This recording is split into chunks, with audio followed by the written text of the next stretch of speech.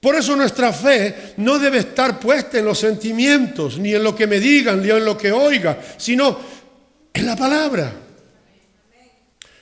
Hay una cosa que me gusta mucho, que siempre la uso como apoyo, y es que Pedro no caminó sobre las aguas.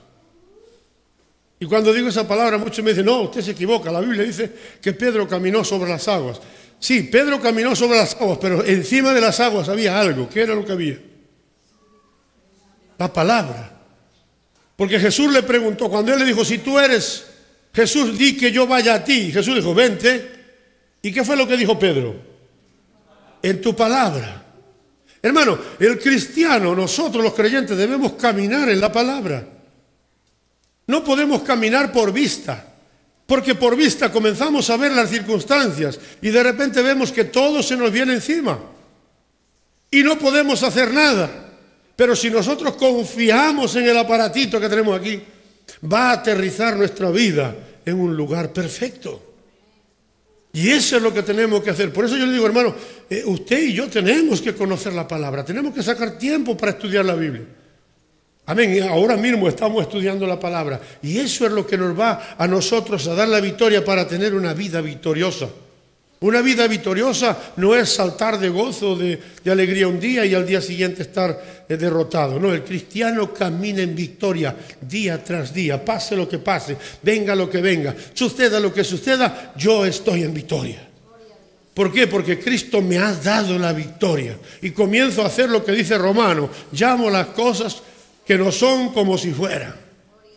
Dice el apóstol Pablo en Romanos, ¿verdad? Cuando hablaba de Abraham, que Abraham fue fortalecido en el Señor dándole gloria a Dios. Capítulo 4, por el verso 18 creo que es, o 19. Amén. Entonces, nosotros lo que nos fortalecemos es en el poder y en la gracia de Dios. No en lo que nos digan los demás, no en lo que podamos sentir. Ahora mismo en el mundo hay una crisis mundial. Los gobiernos no saben qué hacer. Pero saben una cosa, los cristianos sabemos lo que hacer. Confiar en el Todopoderoso.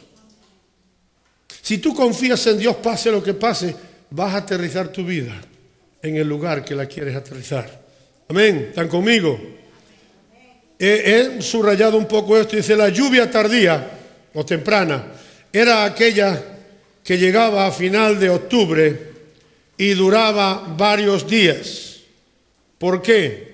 Era la que permitía el comienzo de la siembra al ablandar la tierra. O sea, esa lluvia venía con el propósito, viene con el propósito de que todo el verano la tierra está reseca, ¿no vieron ahora este tiempo que estuvo sin llover, que todo el mundo gritaba que llueva, ¿verdad que sí? Y estaba todo reseco hasta, miren hermanos, las ciudades se llenaban de humo y de mal respiración, ¿sí? Ahora que empezó a llover notamos que la tierra se ablanda. ¿Por qué? Porque el agua hace el efecto de ablandar la tierra antes de la siega. Es bueno que ablande todo eso. Y eso, por eso lo decían. Dicen, de diciembre a febrero, la frecuencia de las lluvias se hacía mayor. Estamos en un país de lluvia, lo sabemos bien. Sí, aquí desde este mes hasta el mes de enero, febrero. Bueno, aquí hay un dicho muy famoso por los labradores que dice que en abril todavía hay aguas 1000. ¿No? O sea que hasta el mes de abril llueve aquí en Galicia. Y por aquí, mira, es bueno. Y cuando no llueve, aquí nos sentimos mal. Bueno, la gente se siente mal cuando llueve también. Es un problema. Pero bíblicamente estamos viendo, la lluvia tardía venía entre marzo y abril, antes de la siega. Y después yo me acuerdo que paraba un tiempo de llover en el verano aquí, ¿sí? Es cuando se recoge el trigo, se recoge toda la cosecha. Y eso es bueno, en el libro de los Proverbios, si ahí lo tienen, capítulo 26, verso 1, dice que era bueno que no lloviera para recoger la cosecha. Santiago capítulo 1, vamos a retroceder un poco a principio para saber de lo que estamos hablando. Santiago capítulo 1 del 2 al 4 dice, hermanos míos, tened por sumo gozo cuando os halléis Oye, esto como que se contradice. Hermanos míos, tenéis por sumo gozo cuando os halléis en diversas pruebas. ¿Por qué Santiago diría eso? ¿Usted lo averiguó? ¿Qué dice el verso 2?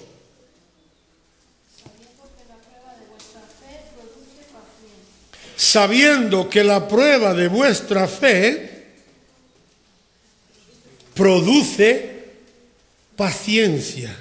La paciencia, hermano, es una virtud que debemos tener todos los creyentes. Pero para tener paciencia tenemos que pasar por un proyecto de prueba, por un tiempo de prueba. Y le voy a decir algo, las pruebas a veces son tan fuertes, que a veces hasta hay gente que me dice, pastor, ¿será que estoy en pecado? Hay pruebas por causa del pecado también, ¿eh? Pero la prueba que Dios permite en nosotros es para crecimiento espiritual, no es para destrucción. Muchas veces nosotros vemos las pruebas como un castigo de Dios. Las pruebas, aunque sean por causa del pecado, nunca son un castigo de Dios. Son para nuestro crecimiento. Y si nosotros sabemos sobrellevar la carga, Dios nos va a dar la fortaleza, porque también dice que no nos sobrevino ninguna prueba superior a la que podamos soportar. Si tú tienes una prueba en tu vida, Dios no va a permitir que tú cargues un peso superior a lo que tú puedas llevar. Eso lo dice la Biblia, ¿sí o no? Si lo dice la Biblia, yo tengo que creerle a Dios. Si yo le creo a Dios y estoy pasando por una circunstancia, yo tengo que gozarme en medio de esa circunstancia. Pero no es fácil gozarse en medio de la circunstancia. Porque el hombre natural, la mente natural, cuando viene una prueba, lo primero que pensamos es, ¿en qué le fallaría a Dios? ¿Acaso yo soy diferente de los demás? O sea, Satanás comienza a utilizar los dardos en la mente. Y a veces hasta a veces hacemos cosas, digo, pero bueno. No, cuando estés pasando por una prueba y tú te puedas examinar a ti y tú sepas que tú vives ordenadamente, y el Señor, viene una prueba, tengo que soportarla. Bien, ¿qué aprendo con ella? Y uno va a aprender a través de esa prueba. Muchos no entienden eso. El verso 3, ¿qué dice? Sabiendo que la prueba de vuestra fe produce paciencia. Mas tenga la paciencia su obra completa, para que seáis perfectos y cabales, sin que os falte cosa alguna. Fíjese lo que dice el verso 4. Dice, mas tenga la paciencia su obra completa. Si hay un hermano que está pasando por una prueba y yo voy y le ayudo a salir de la prueba, estoy estorbando a Dios para que mi hermano madure. Y ahí es donde muchos fracasan y muchos van y dicen, hay que ayudar al hermano. Ayudar al hermano. Y hemos hablado de la mañana de ser un cuerpo, ¿verdad? De ayudarnos. Pero hay pruebas que tenemos que llevarlas nosotros. Vuelvo otra vez a la mamá. Saben que yo uso mucho la mamá. Yo no he estado en el parto de mis hijos, no pude. Estaba trabajando. Hay muchos que van y están en el parto de sus hijos. Yo preferiría tampoco estarlo. Yo no soporto ver a una persona sufrir.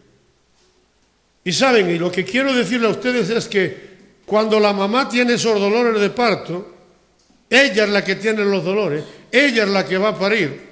Y aunque tú te compadezcas de ella, lo que sufre es ella. ¿Aló? ¿Sí o no? Entonces, ¿qué es lo que pasa? Que si yo quiero crecer espiritualmente, yo voy a tener esos dolores de parto, yo soy el que tengo que tenerlos para tener hijos espirituales. Y nadie me va a quitar ese dolor, sino que tengo que pasar ese trance de dolor. Cuando viene una prueba y tenemos que pasar por ella, tenemos que pasar de puntillas, con gozo. Señor, gracias, porque somos probados por causa tuya. Amén. ¿Me están entendiendo? Eso es fortalecerse en el Señor. Eso es crecer en la gracia. Eso es crecer en el Señor. Yo no estoy diciendo, oye, no quiero decir que a todos nos guste sufrir. A nadie nos gusta sufrir. Pero ¿qué está diciendo Santiago? Que nos deleitemos en esa situación. Que no reneguemos a la realidad de Dios. Hay dos tipos de paciencia. ¿Sí? Y de esos dos tipos lo vamos a ver. La paciencia. Una viene del griego que la puse ahí, macozomia. Macozomía, se refiere a esa constancia, dice, al aguante, a esa perseverancia y entereza que se necesita para poder soportar la injusticia. Santiago ya ha pedido a los creyentes que tuviéramos paciencia. Lo hemos leído en el capítulo 1, en el verso del 1 al 4, ¿verdad que sí? Dice, hay otra paciencia llamada por Santiago huponeo. Bien difíciles son estas palabras, ¿verdad? Dice, está más emparentada con la sumisión frente a una circunstancia adversa y con una perseverancia activa. Una circunstancia adversa, pero ¿qué? Una perseverancia activa. ¿Qué quiere decir eso? Hay algo que viene adversario contra nosotros, pero yo persevero, estoy activo en la vida espiritual, como si no tuviera eso. ¿Sabe usted cuando tiene una piedra en el pie y va caminando y usted no quiere quitarse la piedra porque llueve o lo que sea? ¿Y a qué le molesta? Pero sigue, a lo mejor camina un pedazo y cuando se da de cuenta dice, tengo que parar porque me está haciendo daño.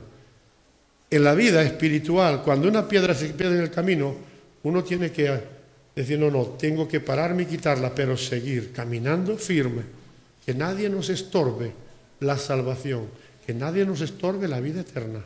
Nada ni nadie nos puede estorbar la vida eterna. Amén. Nada ni nadie. Ni siquiera mi esposa, que la amo mucho. Ni siquiera mis hijos. ¿Están entendiendo? Yo tengo que perseverar en esa prueba, en esa circunstancia. Bien, gloria a Dios. Dios nos dará la salida de la prueba. Lo veremos un poquito más adelante.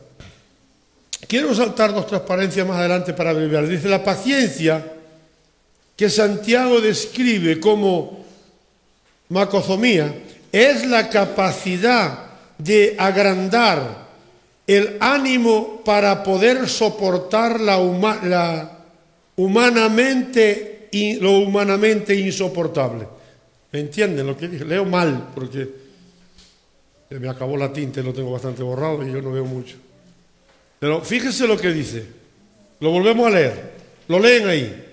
La paciencia que Santiago describe como macrozumia es la capacidad de agrandar el ánimo para poder soportar lo humanamente insoportable. Quiere decir, cuando hay algo que ya no lo podemos, cuando hay algo que ya no soportamos, cuando hay algo que ya llegamos al límite, esa paciencia de Dios nos ayuda a soportar eso. Ahí es cuando se acuerdan que aún los que no son creyentes, cuando pasas por algo duro, te dicen, ¿tienes más paciencia?